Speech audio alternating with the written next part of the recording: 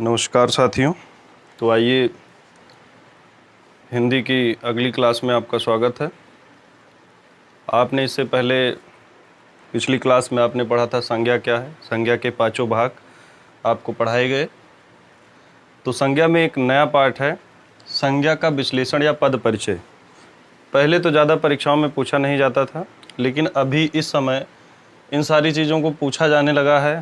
तो लोगों को लगता है कि ये किताब में है ही नहीं है, लेकिन ये सारी चीज़ें उसके पार्ट में हैं, जिसको हम आपको बताएंगे। संज्ञा का विश्लेषण या पद परिचय क्या होता है। देखो, संज्ञा विकारी शब्द होता है। संज्ञा तीन आधार पर बदल जाता है। विकारी शब्द हमने बताए थे आपको कि किन किन आधारों पर बदलता है। लिंग, वचन, कारक। तो विकारी शब्द जो हैं वो इन तीन आधार पर बदल जाते हैं, लिंग, वचन, कारक के आधार पर। तो यानी संज्ञा का विश्लेषण करने से पहले आपको लिंग, वचन, कारक पढ़ना पड़ेगा। तो छोटी छोटी चीज़ें हैं, ज़्यादा समय नहीं लिया जाएगा इसमें। तो पहले आपको लिंग, वचन, कारक बता दिया जाए। तो सबसे पहले आपका क्या होगा, लिंग।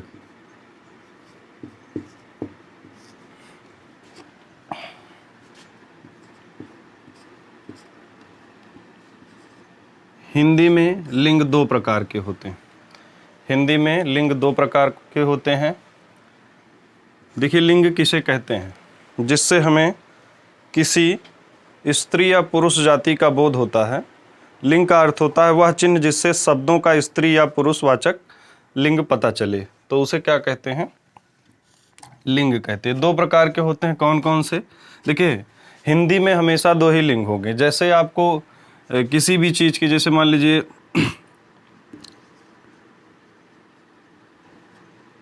कोई भी चीज ले लिया गया, पानी। पानी स्त्रीलिंग है कि पुल्लिंग, इस प्रकार आपसे पूछा जाता है। तो आपको ऑप्शन दे दिया गया, स्त्रीलिंग, पुल्लिंग, नपुंसकलिंग या उभयलिंग, जो भी दे दिया गया, तो आप उन सब चीज़ों पर ध्यान नहीं देंगे। आप दो ही ऑप्शन पे ध्यान देंगे, स्त्रीलिंग और पुल्लिंग पे। क्यों? क्योंकि ये दो ही प्रकार के होते हैं। हिंदी में दो ही प्रकार के होते हैं।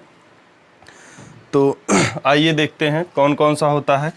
सबसे पहले होता है स्त्रीलिंग, दूसरा होता है पुल्लिंग, जिससे स्त्री जाति का बोध होता है। जिन शब्दों से स्त्री जाति का बोध होता है उन्हें क्या कहते हैं? स्त्रीलिंग कहते हैं। और जिन शब्दों से पुरुष जाति का बोध होता है उन्हें क्या कहा जाता है? पुल्लिंग कहा जाता है। इसको आप लोग ध्यान रखेंगे। ये दो चीजें हैं। जैसे मान लीजिए कोई शब्द है, जैसे लड़का, तो इसका स्त्रीलिंग क्या हो जाएगा? लड़की। यानी ये क्या है? ये शब्द क्या है? पुल्लिंग है। लड़की क्या है? स्त्रीलिंग है। ध्यान रहे, इस तरह से आपको पता चलेगा कि स्त्रीलिंग क्या है, पुल्लिंग क्या है। ये दो प्रकार के होते हैं, इसको ध्यान में रखिएगा। और आगे इसमें देखेंगे, कभी कभी क्रिया के आधार पर भी लिंग का पता चलता है। जैसे संज्ञा अगर नहीं दिया गया है तो क्रिया के आधार पर इसको पता चलता है। जैसे वह खा रहा है, तो यहाँ पर संज्ञा तो आया नहीं, यहाँ पर आ गया आपका सर्वनाम। लेकिन यहाँ आपको क्या पता चल रहा है? खा रहा है। तो इससे ये पता चल रहा है कि ये पुरुष जाति का बोध हो रहा है, तो ये पुल्लिंग है। इसी जगह पे वह खा रही है, तो यहाँ पर आपको क्या पता चल रहा है? स्त्री जाति का बोध हो रहा है, तो क्या हो जाएगा? स्त्रीलिंग हो जाएगा। इसको ध्यान में आप लोग रखेंगे, इतना ध्यान दीजिए। तो ये हो जाएगा आपका स्त्रीलिंग। यानी आपको क्रिया से ही पता चल रहा है कि इसको आप क्रिया से ही पता चल रहा है कि स्त्रीलिंग है कि पुल्लिंग। रुकिए, जैसे आपका है राम खाना खाता है, तो यहाँ क्रिया से क्या पता चल रहा है? राम क्या है? पुरुष है। राधा गीत गाती है, तो यहाँ गाती है, यानी यहाँ से क्या पता चल रहा है आपका? राधा क्या है? स्त्री है। तो ये क्या होगा? आपका पुल्लिंग होगा, और ये क्या होगा? आपका स्त्रीलिंग होगा। तो आपने लिंग पढ़ लिया है, जैसे बालक का बालिका या लड़का का लड़की। इसी प्रकार से आपको बदलना रहेगा स्त्रीलिंग पुल्लिंग में, पेपर में आते रहते हैं। कुछ चीज़ें, कुछ शब्द ऐसे हैं कि स्त्रीलिंग और पुल्लिंग दोनों एक ही शब्द प्रयोग होते हैं। जैसे तोता, तोता का स्त्रीलिंग आप लिखेंगे हमेशा, अगर इसको बनाना है तो नर तोता, मादा तोता। इसी प्रकार से इसको आप लोग बदलेंगे। तो कुछ शब्द ऐसे हैं, जैसे शेर का शेरनी हो जाता है तो तुरंत बदल जाता है, लेकिन कुछ शब्द ऐसे हैं जिनके स्त्रीलिंग और पुल्लिंग दोनों एक ही प्रयुक्त होते हैं, तो उनको इस प्रकार से बदला जाता है। जैसे तोता का स्त्रीलिंग पूछ लिया तो मादा तोता, और पुल्लिंग पूछ लिया तो नर तोता। तो ये आपका था लिंग। आगे पढ़ेंगे आप वचन। तो वचन में देखेंगे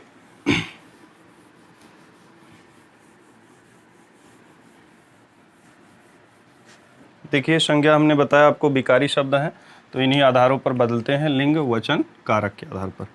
अगला क्या है? वचन। वचन भी दो प्रकार के होते हैं। वचन किसे कहते हैं?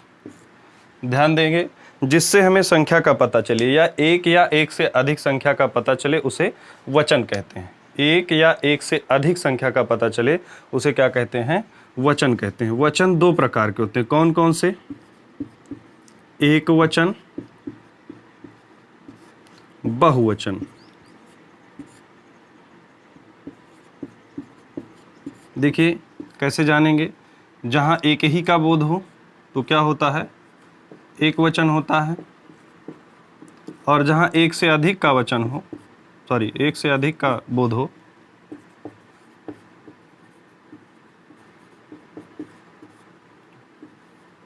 वहां क्या होता है? बहुवचन होता है।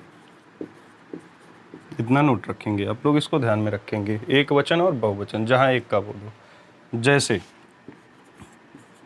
लड़का, तो इसका बहुवचन हम बनाएंगे तो हो जाता है क्या? लड़के।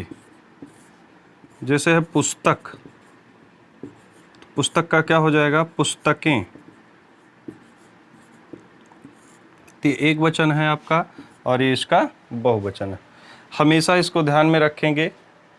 जैसे संज्ञा एक वचन या बहुवचन है तो उसके साथ हम क्रिया भी एक वचन या बहुवचन के रूप में लगा सकते हैं, उनको वहाँ बदला जाता है। जैसे लड़का पढ़ता है, लड़का पढ़ता है, ये आपका क्या हो गया? एक वचन, एक लड़का पढ़ रहा है। लेकिन अगर इसको आपको बहुवचन में बदलना है तो लड़के पढ़ते हैं, लड़के क्या हैं? पढ़ते हैं। इस प्रकार वचन आपका चेंज किया जाता है। तो जैसे चिड़िया का क्या हो जाता है? चिड़िया। एक से अधिक कहेंगे क्या? चिड़िया। तो इसी प्रकार वचन बदला जाता है। तो ये सारी चीज़ें हम आगे आपको फिर से बता देंगे, लेकिन अभी हम संज्ञा के विश्लेषण के रूप में इसका पद परिचय दिया जा रहा है कि किस तरह से इसको तोड़ा जाएगा, यानी लिंग वचन कारक के आधार पर पद परिचय कैसे दिया जाएगा, इसीलिए इसको बताया जा रहा है। ठीक है। तो जैसे बहुत सारे शब्द हैं जिनका हमेशा एक वचन या बहुवचन बदला नहीं जाता, उसी में बहुवचन में ही प्रयुक्त होता है। जैसे प्राण,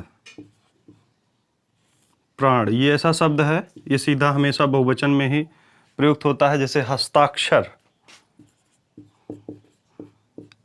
हस्ताक्षर ये एक वचन शब्द होता है, तो इनका बहुवचन नहीं बनता है। कुछ शब्द हैं जिनके बहुवचन नहीं बनते हैं, तो ये इन शब्दों को ध्यान में रखेंगे। जैसे ईश्वर, तो इन शब्दों को बदला नहीं जा सकता। आगे इसको हम फिर से बताएंगे आपको, वचन और कारक, लेकिन अभी संज्ञा के पद परिचय के हिसाब से इसको हम देखेंगे।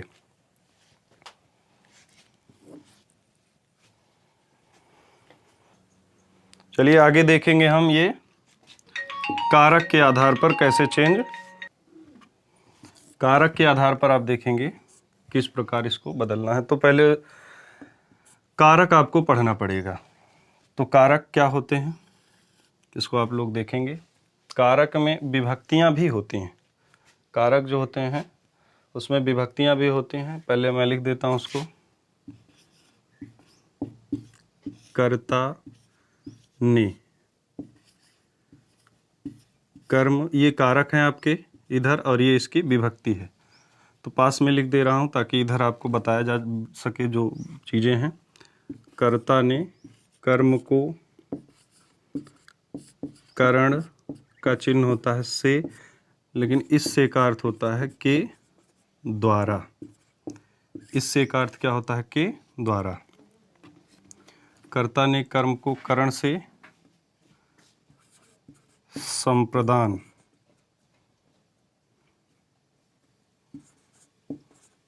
संप्रदान का चिन्ह होता है के लिए। संप्रदान का चिन्ह क्या होता है? के लिए। अपादान, इसका क्या होता है? इसका भी चिन्ह से होता है, लेकिन यहाँ का अर्थ होता है अलग होने के अर्थ में, अलग होना।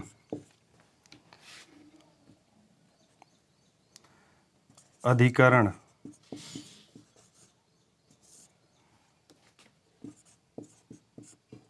में पर। संबंध, का, की, के। और आगे इसमें संबोधन कारक नहीं होता। संज्ञा के पद परिचय में संबोधन कारक नहीं होता। फिलहाल तब भी जान लीजिए, संबोधन का होता है हे, जी, अरे। तो ये सारी चीज़ें आप जान लीजिए। इसमें संज्ञा के पद परिचय में संबोधन कारक नहीं होता है, लेकिन उसको भी जान लीजिए, उसका क्या होता है चिन्ह? हे, जी, अरे। जैसे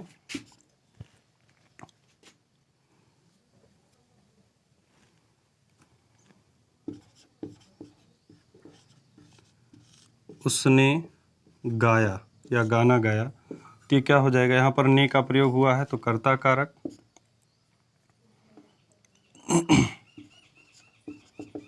पुस्तक को पढ़ो, तो ये क्या हो जाएगा? कर्म कारक। इसी प्रकार जहाँ ये सारी चीज़ें से का अर्थ अगर के द्वारा में आएगा वहाँ आपका करण कारक, के लिए आएगा तो संप्रदान कारक। अपादान यहाँ से आएगा अलग होने के अर्थ में तो अपादान कारक। अधिकरण में पर आएगा तो अधिकरण कारक। का, की, के आएगा तो संबंध कारक। तो इसको जान लीजिए।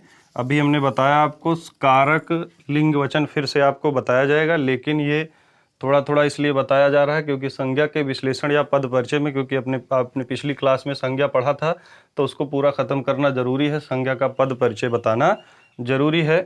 तो इसमें ये सारी चीज़ें छोटी छोटी पहले जान लीजिए तो संज्ञा का पद परिचय आपको बताया जाए। तो संज्ञा का पद परिचय देखेंगे। वाक्य लिखा हुआ है, इसको आपको बताना है कि कहाँ क्या है। पद परिचय आप देखेंगे कैसे पद परिचय करते हैं, यानी संज्ञा का विश्लेषण किस प्रकार से किया जाता है। तो अभी हमने आपको कारक बताया, जहाँ जो चिन्ह लगा रहेगा वहाँ पर उस कारक को हम लिखेंगे। तो आइए, अभी हमने पीछे आपको ये भी पढ़ाया था संज्ञा कितने प्रकार की होती है। हर प्रकार की संज्ञा के बारे में बताया गया है। लिंग भी पढ़ाया गया, वचन भी पढ़ाया गया। तो इसी प्रकार इसका विश्लेषण करना है। शब्दों को लिख लेंगे। देखिए, केवल संज्ञा को आप लिखेंगे, यहाँ क्रिया और विशेषण या और चीज़ों को नहीं लिखना है, सिर्फ संज्ञा लिखना है। आप देखेंगे संज्ञा क्या क्या है। राम संज्ञा है, मोहन संज्ञा है, पुस्तक संज्ञा है। अब चलिए लिख लीजिए, राम, मोहन। एक वाक्य मैं आपको बता दे रहा हूँ, इससे आप पूरा हल कर सकते हैं। मोहन और पुस्तक। सबसे पहले आप चले आइए वहाँ पर जहाँ हमने संज्ञा पढ़ाया था, 5 प्रकार की होती हैं। तो यहाँ राम और मोहन व्यक्तिवाचक संज्ञा होगी। मैंने पढ़ाया था आपको, जब किसी के नाम की बात करें, हमने बताया था व्यक्तिवाचक संज्ञा व्यक्ति वस्तु स्थान के नाम को क्या कहते हैं? संज्ञा कहते हैं। व्यक्ति वस्तु स्थान के नाम को, जो उसका पर्सनली नाम हो, पर्सन, ठीक है, पर्सनली नाम हो, तो उससे क्या कहते हैं? व्यक्तिवाचक संज्ञा। तो यहाँ क्या हो जाएगा? ये व्यक्तिवाचक, या विश्लेषण कर रहे हैं इसका, व्यक्तिवाचक संज्ञा। ये भी क्या हो जाएगा? व्यक्तिवाचक संज्ञा। लेकिन पुस्तक क्या होगी, जातिवाचक। लेकिन अगर पुस्तक का नाम जैसे होता है रामायण, महाभारत, ये सब पर्सनली एक पुस्तकों का नाम है, इसलिए क्या हो जाएगा, व्यक्तिवाचक हो जाएगा। लेकिन अगर केवल पुस्तक की बात करें, पुस्तक से एक समुदाय का पता चलता है कि बहुत सारी पुस्तकें होती हैं, सबका अलग अलग नाम भी होता है, तो इसलिए क्या हो जाएगा, ये जातिवाचक संज्ञा हो जाएगी। जातिवाचक संज्ञा। आप इस प्रकार इसका विश्लेषण कर रहे हैं, ध्यान से देखिएगा। यहाँ पर आपने संज्ञा लिख दिया, ये विश्लेषण शुरुआत हो गई है आपकी, तो ये संज्ञा आपने लिख दिया। अब राम कहता है, तो इससे आपको क्या बोध हो रहा है, आगे लिंग के आधार पर इसको बदलेंगे। राम कहता है यानी राम क्या है, पुल्लिंग है, तो यहाँ क्या लिखेंगे, पुल्लिंग। मोहन की पुस्तक यानी मोहन भी पुल्लिंग है, यहां आप लिख सकते हैं, ठीक है। पुस्तक, पुस्तक होती है, तो पुस्तक क्या है आपका, स्त्रीलिंग, पुस्तक पढ़ी जाती है, तो आप लिख देंगे स्त्रीलिंग। ये आप पद परिचय इस तरह से करेंगे तो आपने लिंग लिख लिया। अब आपको क्या लिखना है, वचन। वचन, राम कहता है, राम क्या है, एक वचन, क्योंकि वो खुद अकेले कह रहा है, क्या हो जाएगा, एक वचन। मोहन, मोहन अकेला है, मोहन की पुस्तक बात कर रहा है, मोहन अकेला है, तो ये भी क्या हो जाएगा, एक वचन।